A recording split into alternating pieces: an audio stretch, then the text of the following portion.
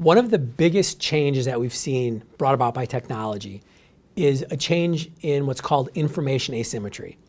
It used to be that it was hard to get information. So if you went into a sales conversation, it was very likely that one person would have more information than the other. And usually that was the salesperson who would have more information than that prospective customer.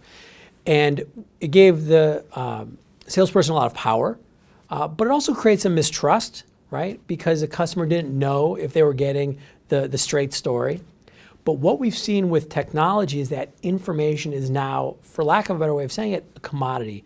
It's easy to go to your smartphone, put something into Google and get a million hits. In that context, what a salesperson provides has to change. We used to think that selling was all about giving that information. That was the value that we provided to a prospect or a customer. Now what has to happen is that a salesperson has to be able to provide context for the information that the customer already has. They're on their own journey, they're on the buyer's journey. And so what we have to be able to do is become a guide for them. I call it being a Sales Sherpa, where we're guiding them through the process of making a decision, helping them understand how to use all of this information that they now have. And so the new role of the salesperson is to be that guide, say, hey, let's take the information you already have and let you understand it in a meaningful way so that you can make a better, easier, and more effective decision than you would without me. In the hyper-connected world, it is crucial for financial professionals to become Sales Sherpas, to become guides for their prospects and customers. It used to be that a financial professional would come to the conversation, to the engagement with the information. They were the information provider. But these days, a customer can go onto their smartphone and get pretty much everything they want to know about a specific product or service that's available. They don't need a person to tell them that. Rather, what a financial professional needs to be able to do is walk into a conversation with someone and say, let me help you understand your buying decision here. Let me help you uncover what your needs are. Let me help you uncover what your goals are financially. And then taking that information and bringing it all together with all of the data that's out there, and then helping the customer understand what the next step is. The idea of a Sales Sherpa, the idea of being a guide up the mountain, right? The customer knows where they want to go, but they might not know how to get there.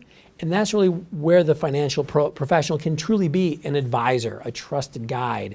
And it's so critical. So financial professionals have to get away from the idea of, well, I'm just going to bring some brochures to this meeting, and I'm going to assume you have all the information that you need, but you don't know how to translate that into something usable. Let's do that together. The skills of a Sales Sherpa are much different than what we've seen in the past in the sales role. In the past, becoming successful in sales was really about brute force. It was really about, I'm going to call people as often as I can, I'm going to reach out as often as possible and interrupt them because I have information that they don't. And I want to make sure that I'm getting them this information and helping them make the best decision. These days, we have to assume that people have the information they need. They just don't know how to use it correctly.